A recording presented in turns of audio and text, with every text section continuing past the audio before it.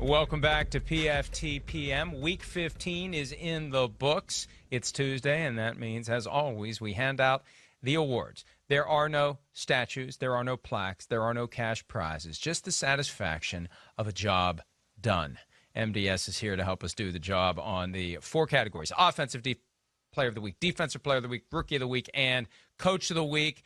Hello, MDS. We'll get right to it with offensive player of the week. You're up. Well, I'm going to say kudos, Ryan Tannehill, on a job done.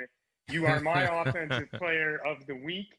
I know a lot of people credit Derrick Henry for the Titans' offensive success, but I really think we're underplaying what Ryan Tannehill has meant to Derrick Henry. I'll give you a great stat, and we posted it on PFT today.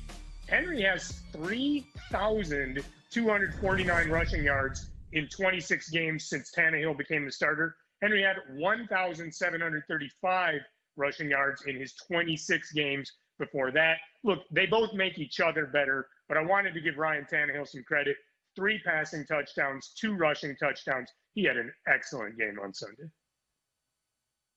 MDS, you got the Aggie. I got the Aggie transfer. And Kyler Murray, in playing the Sooner Bowl, he outdueled Jalen Hurts. And I just thought he was really good. He passed for over 400 yards, 406, threw 3 touchdowns and had the 1 interception, but was really good. 29 yards rushing and a touchdown there. And it's just amazing how quickly he and DeAndre Hopkins have really gotten it together and had that chemistry.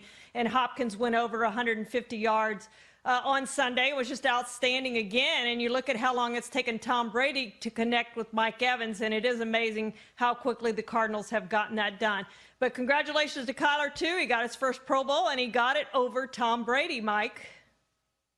That's right. And, I've learned that if you say Kyler Murray fast enough, it comes out calamari. That's one thing. And secondly, to the extent MDS had the original Aggie, you had the Aggie transfer. I've got the guy who apparently has had at some point in his life hair transplants, and that would be Tom Brady, my offensive player of the week. His hair does curiously continue to get darker and darker each week, by the way, as well. Nevertheless, that's just an observation, not a criticism. It's up to Tom to decide whether and to what extent he's going to make his hair as dark as Johnny Cash's. But he did come in and get it done in the second half of a huge game at Atlanta, just from the standpoint of establishing that they're ready to go for the postseason. They fall behind by 17 points. It wasn't 28-3, but it was close enough. And in the second half, Brady was spectacular. 21 of 29, 320 yards, 2 touchdowns. And of all the teams in the NFC, I believe the Buccaneers are the best suited, best constructed, and best equipped to beat the Chiefs in the Super Bowl, especially since that would happen in Tampa, the first team to ever play a Super Bowl, of course, in its home stadium. If the Buccaneers can navigate the NFC playoff field, it could be Buccaneers-Chiefs. And again, I think the Buccaneers would be the biggest threat to beating the Chiefs in the Super Bowl. Not that I would pick the Buccaneers to do it, but they'd be the biggest threat. All right, defensive player of the week time, MDS, who do you have?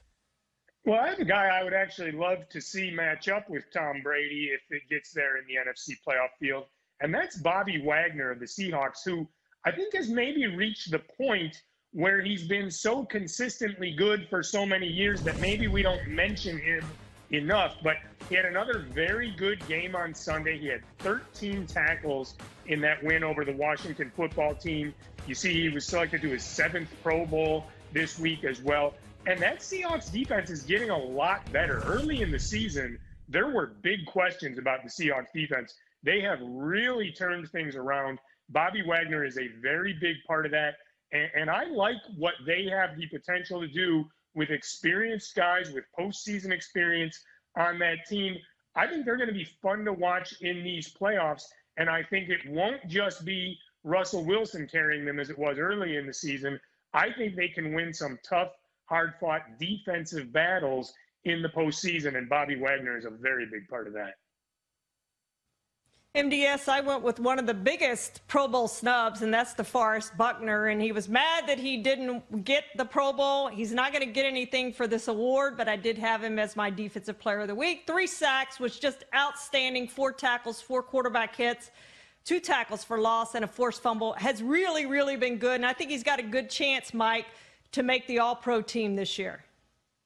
Yeah, we've seen that before, too. Guys that don't make it to the Pro Bowl that end up on the All-Pro team. The All-Pro team is more difficult. I think Eric Kendricks did that last year, snubbed in the Pro Bowl, made it to the All-Pro team. My Defensive Player of the Week, Devin White. I'm sticking with the Buccaneers. He had 3 sacks against the Falcons. They're going to need better defense. Not that their defense has been bad, but they're going to need better defense in the postseason if they want to get to the Super Bowl. Then obviously they'd need great defense if they want to slow down the Chiefs enough to outscore them. All right, we got to keep moving here. Rookie of the Week time, MDS. Who do you have? I have James Robinson of the Jaguars. He has to get some attention. Scored his 10th touchdown of the season, went over 1,400 yards from scrimmage. The Jaguars cut Leonard Fournette, a former number 4 overall pick, before the season, handed the starting job to Robinson, an undrafted rookie. He's proven himself more than capable. He's having one of the best undrafted rookie seasons in NFL history. Sometimes, MDS, we forget those players in the Thursday night games, but it's hard to forget Justin Herbert and the job he did. Had the 1-yard touchdown run in overtime to win that game on Thursday night, went over 300 yards, and amazingly, Anthony Lynn didn't screw it up with some game management, clock management situation. Chargers were able to win, and Herbert was outstanding. And for me, Rookie of the Week, I was got off my page here, and how can I forget Salvon Ahmed? I talked to him after the game on Sunday. He was awesome. He had 122 rushing yards on 23 carries for a Dolphins team that needed a smash-mouth running game to complement Tua Tagovailoa and not expose him against the Patriots in a game the Dolphins had to have. It is amazing to me when you look at the AFC between the Dolphins, Colts, Texans, Ravens, Browns. One of those teams is not going to make it to the postseason. The Dolphins needed that win, or they would have been in danger of being the team that gets kicked to the curb. So Salvon Ahmed, and also the great story about his grandma being in the hospital. He told her he'd get 100 yards. He did, and he took her a football from the touchdown that he scored. Coach of the Week time, MDS, who do you have? I have Matt Nagy, who I thought maybe was coaching for his job when the Bears went on that 6-game losing streak. And now they've started to turn it around. They've gotten back to 7-7. They're only a game out of the wild card. It's going to be tough for them to get to the playoffs, but they may still get there. I wasn't so sure that Matt Nagy could save his job when they were on that long losing streak, but he's got Trubisky playing better. Nagy is doing a much better job, I think, overseeing the whole team now, and I think he may have saved his job with a big win over the Vikings. MDS, I'm going with Sean McDermott for obvious reason. 3rd playoff trip in 4 years. 1st division title since 1995. He's done a great job in Buffalo. And if it weren't for Kevin Stefanski, I think we'd be talking about Sean McDermott as Coach of the Year. Yeah, there's a lot of people saying McDermott should be Coach of the Year, but it's always, in my view, the extent to which a team exceeds its expectations coming into the season. The expectations were already high for Buffalo. They weren't nearly as high for the Browns, and the Browns have a chance to win their division as well. What a strange potential outcome. The Bills winning the AFC East and the Browns winning the AFC North. For me, I'm going to go to the AFC North basement. Zach Taylor. Hey, look. This is kind of like the kid that's brought home straight D's all year and shows up with straight A's in the final report card, but still, you get credit for the straight A's. I'm not happy with how the Bengals performed this year. I don't like the fact that Joe Burrow got injured, but I like the fact that Zach Taylor had his guys focused last night. It was basically their Super Bowl. They came out and they got it done and beat the Steelers. We're going to take a break. We'll be back with more PFTPM right after this.